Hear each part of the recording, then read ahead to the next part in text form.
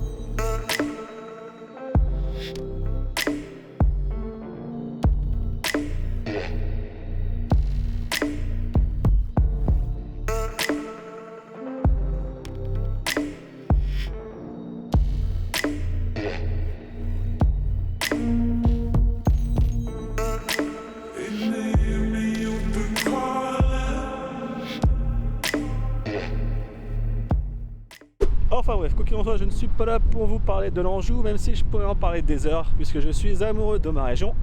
Alors commençons avec notre petit triptyque littéraire. Donc j'ai fait en sorte de vous choisir des livres complémentaires, des livres très accessibles, qui vulgarisent efficacement, sans aller dans les livres académiques, des livres universitaires.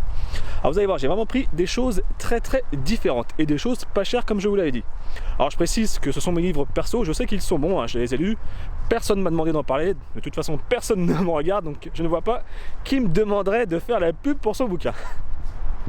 Alors le premier livre que je vous ai sélectionné, c'est un livre scientifique, on va dire, le bouquin scientifique du triptyque, à savoir La guerre des sexes chez les animaux, de Thierry Laudet, aux éditions Odile Jacob. Alors c'est un livre en poche, donc il coûte à peine 8 €. Alors ce bouquin, je l'aime beaucoup, je le connais très bien, d'ailleurs l'auteur aussi je connais bien, puisque c'est un de mes anciens professeurs lorsque j'étais à la fac de sciences. Thierry Laudet est un biologiste d'ici, d'Angers, qui enseigne à la fac de sciences à Angers, mais également à la fac de sciences de Rennes.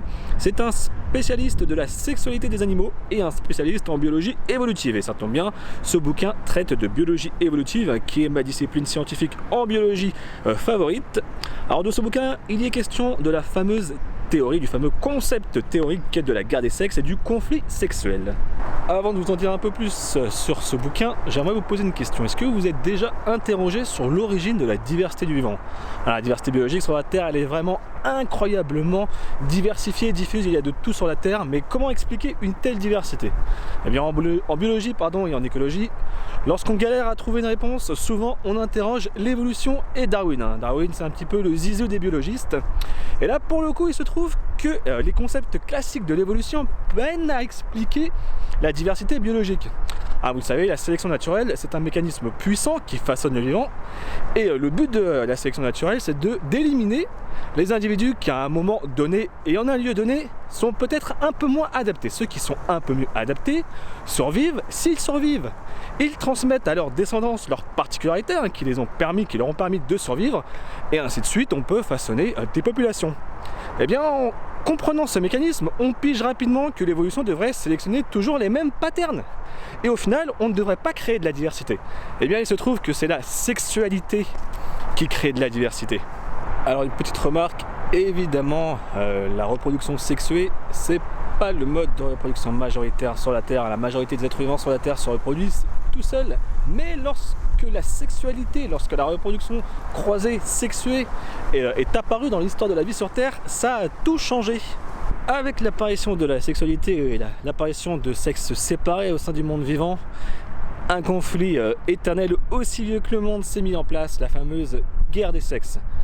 Au cœur de l'évolution, les mâles et les femelles ont des attentes différentes, ou plutôt ils ont un but semblable, mais ils ont des armes différentes pour atteindre ce but qui pourtant est commun. En fait, il faut visualiser ça comme un tir à la corde. D'un côté et de l'autre de la corde, on a les mâles et les femelles. Chacun tire de son côté pour remporter cette guerre des sexes. Mais il se trouve que lorsque l'un élabore une nouvelle stratégie pour gagner ce tir à la corde, l'autre en face trouvera toujours une parade, ce qui donne l'impression finalement de courir un petit peu sur place. Alors avec ce super livre, vous en apprendrez un peu plus sur la diversité des stratégies de reproduction et des parades amoureuses et de la sexualité des animaux. Vous en apprendrez un peu plus évidemment sur la sexualité débridée du bonobo, sur les amours un peu contrariés du mâle de la menthe religieuse ou encore sur la sexualité pas forcément très funky du saumon. Alors le conflit sexuel et la sélection sexuelle dans l'évolution, au-delà du fait de parler de sexualité évidemment, elle a permis de remettre en perspective énormément de choses au sein du monde vivant, et notamment la place des choix et le fait que les individus aussi peuvent orienter leur devenir. Et ça c'est quelque chose quand même d'inédit et quelque chose de vraiment excellent à appréhender dès lors qu'on s'intéresse un petit peu à l'évolution. Donc je ne saurais que trop vous conseiller ce livre, La guerre des sexes chez les animaux, de Thierry Laudet aux éditions Odile Jacob.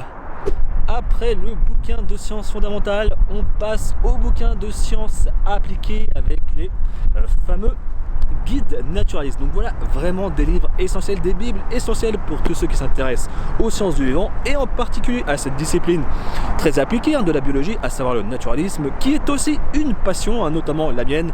Si vous aimez parcourir la nature en quête des espèces qui peuplent cette nature, il est indispensable de posséder certains de ces bouquins.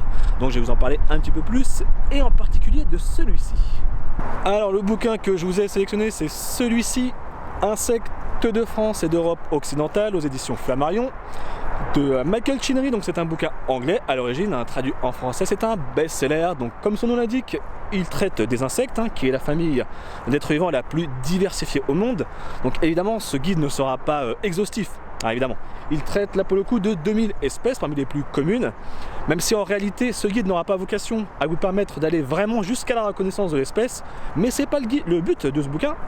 Le but de ce bouquin est de vous offrir un panel suffisamment large, aussi complet que possible, de la variété de cette famille, afin de vous permettre ensuite d'aller un peu plus loin de votre côté. Ensuite, il existe toute une variété de guides, vraiment précis au sein de chaque famille, chaque ordre, chaque classe d'animaux. Mais pour le coup, ce bouquin est vraiment indispensable pour en apprendre un peu plus sur cette famille d'êtres vivants absolument incroyable que sont les insectes. Donc je ne saurais que trop vous conseiller ce guide. Alors ce que moi j'aime dans ce bouquin, c'est qu'il est très précis et très simple malgré tout d'accès, malgré le fait d'être très précis. Et puis il est très très bien illustré, ces illustrations sont des planches dessinées, des peintres naturalistes ont été sélectionnés pour ce bouquin. Donc c'est toujours mieux à mon sens d'avoir des planches dessinées. Lorsqu'on a des planches photos, en fait ce qu'on a en réalité c'est une photo d'un individu, c'est pas le portrait robot de l'espèce. Donc parfois lorsqu'on a des doutes, il est quand même bien mieux d'avoir un portrait aussi général, un portrait robot aussi général que possible pour identifier une espèce. Donc privilégiez toujours toujours, à mon sens, les guides dessinés. Alors d'ailleurs, si vous aimez les planches naturalistes dessinées, je ne saurais que trop vous conseiller de vous procurer des planches de Ernst Haeckel, magnifiques planches illustrées du XVIIe siècle, ou 18e peut-être, je ne sais plus. En tout cas, son travail est absolument magnifique. J'ai moi-même un de ses posters. Donc très très beau travail que celui de Ernst Haeckel. Alors si vous êtes déjà amateur des guides naturalistes, vous connaissez évidemment cette collection, la collection Delachaux et Niestlé, qu'on reconnaît à sa tranche rouge ici, il y en a pour tous les goûts. Là vous avez le best-seller, le guide le plus vendu de cette collection, le guide ornitho, celui des oiseaux. Alors je vous montre un petit peu comment c'est fait un guide naturaliste. Alors tout d'abord vous aurez des illustrations des êtres vivants en question, en fonction de la diversité de la famille, de la classe, de l'ordre, etc. Vous aurez une ou plusieurs espèces par page. Par exemple ici pour le guide ornitho, il y a beaucoup d'espèces, évidemment vous avez plusieurs espèces par page.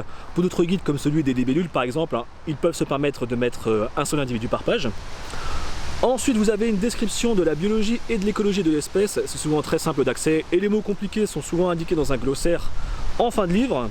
Vous avez des petites anecdotes également sur l'individu en question. Là pour le coup pour les oiseaux vous avez par exemple un cri, le bruit de l'être vivant en question, sachant que ce bouquin est aussi vendu avec un CD pour vous aider à reconnaître les oiseaux par le chant. Vous avez également des cartes géographiques, hop, ici en bas, est-ce qu'on voit ou pas, hop, qui vous indiquent la distribution spatiale de l'être vivant en question et qui vous indique même également la distribution saisonnière de l'individu. Ça peut être parfois tricky lorsque l'on voit un oiseau, là pour le coup un oiseau, mais un être vivant et on ne sait pas trop si c'est bien celui-ci qu'on a trouvé. Parfois le simple fait que l'être vivant ne soit pas présent dans le site, ou en tout cas n'est pas censé être présent à cette période de l'année, ça permet d'éliminer certains choix. Alors pour le bouquin de Michael Chinnery, il est fait sur le même modèle, mais je voulais vous montrer notamment certaines planches, certaines planches vraiment magnifiques dessinées dans ce bouquin, comme celle-ci. Là ici, on a tout un ensemble de cétoines, donc des coléoptères très très jolis. Et puis ce qui est une bonne idée dans ce bouquin, à la fin, ils ont mis en marge un réglet, donc ça c'est toujours très utile, c'est une bonne idée, c'est très simple, mais il fallait y penser. Bon évidemment vous n'allez pas acheter ce bouquin uniquement parce qu'il y a un réglet à la fin, mais c'est quand même une bonne idée. Alors je vous ai ramené également d'autres exemples, on les voit ici, sur le banc. D'autres guides, par exemple le guide des mammifères aux éditions Delachaux. Celui-ci est très bien, plus de 400 espèces décrites. Le guide des libellules dont je vous parlais tout à l'heure, ou encore, qui est aussi un best-seller, le guide des plantes à reconnaître par la couleur. Vous voyez sur la tranche vous avez ici différentes couleurs, donc on commence à screener tout d'abord en fonction de la couleur et ensuite on essaye d'aller petit à petit façon clé de détermination pour essayer de reconnaître l'espèce. Donc là pour le coup il y a un peu plus de 1000 plantes répertoriées dans ce guide, donc un bouquin indispensable que celui-ci, le guide des plantes par la couleur aux éditions Delachaux. Mais rappelez-vous, celui que je vous conseille moi c'est le guide des insectes aux éditions Flammarion. Voilà pour les guides naturalistes, donc vraiment des must-have, des bibles indispensables si vous aimez la nature, si vous voulez partir vous balader dans la nature, reconnaître les espèces, les photographier, les observer, posséder ce genre de bouquin, c'est vraiment un must-have. Et enfin, on termine ce triptyque des bouquins que je vous ai sélectionné par un livre qui n'a pour le coup rien à voir avec les deux autres. On passe dans la catégorie des beaux livres. Alors pour le coup, on n'est pas sur un livre scientifique au sens strict, mais le fait est que les passeurs de savoir tels que les photographes, les vidéastes, les vulgarisateurs sont vraiment des gens incroyables et indispensables pour diffuser la science et en particulier la biologie et l'écologie. Quoi de mieux pour faire aimer la nature que de la montrer et de partager ses beautés. Alors les beaux livres, vous savez, ce sont ces bouquins que l'on voit souvent sur les étals de la FNAC en période de fête. Là pour le coup, on est en période de la fête, donc voilà une très bonne idée. Là pour le coup, je vous ai sélectionné Saison sauvage, c'est de Stéphane Raymond. Donc ce bouquin, vraiment très très beau, tout d'abord pour ses illustrations, je vais vous montrer des exemples, mais surtout ce bouquin traite d'espèces que l'on connaît, puisque ce sont des espèces françaises. Il est question de paysages français qui sont présentés sous la forme d'une année complète, donc on a les 4 saisons avec des exemples d'espèces et de patrimoine paysager particulier en fonction de ces 4 saisons. Donc ça c'est quelque chose de très bien à mon sens, de nous présenter notre diversité biologique, la beauté de nos paysages et de nos espèces ici en France.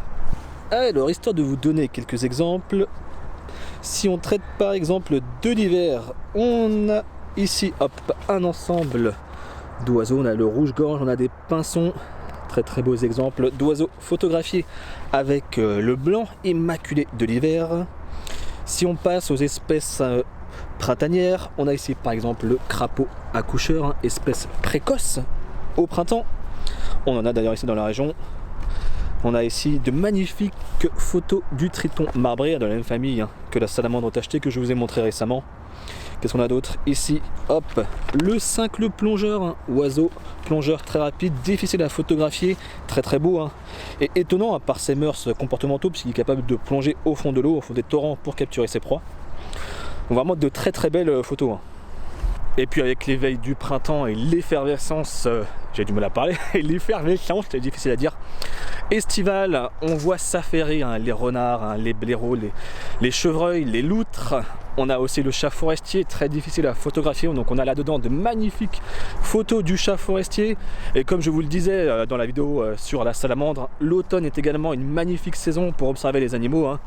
On a le brame du cerf, on a la migration des oiseaux, on voit les salamandres une bonne partie de l'année. Donc vraiment ce livre magnifique, saison sauvage, un très beau livre avec de très belles photos. Ce genre de travail photographique, il a aussi l'intérêt de mettre en exergue un patrimoine vivant. Ça, c'est quelque chose de vraiment très utile pour vulgariser, pour diffuser le savoir, pour apprendre également à aimer ce patrimoine. Donc moi je suis vraiment partisan du travail de ces photographes et de ces vidéastes naturalistes qui ne sont pas des scientifiques au sens strict du terme pour certains, mais qui en réalité souvent en savent beaucoup plus sur le vivant que bon nombre de biologistes. Donc c'est tout pour cette vidéo un peu chill. D'ailleurs il commence à faire de plus en plus sombre. Voilà pour ce petit screen, 3 bouquins, 3 exemples de bouquins qui me plaisent beaucoup. J'espère que ça vous donnera des idées, ça vous donnera envie de vous les procurer pourquoi pas, ou d'en chercher d'autres qui vous plairont davantage. Donc moi pour le coup je vais continuer ma petite balade au sein des Basses Vallées Angevines, cette région que j'apprécie particulièrement, et je vous dis à bientôt.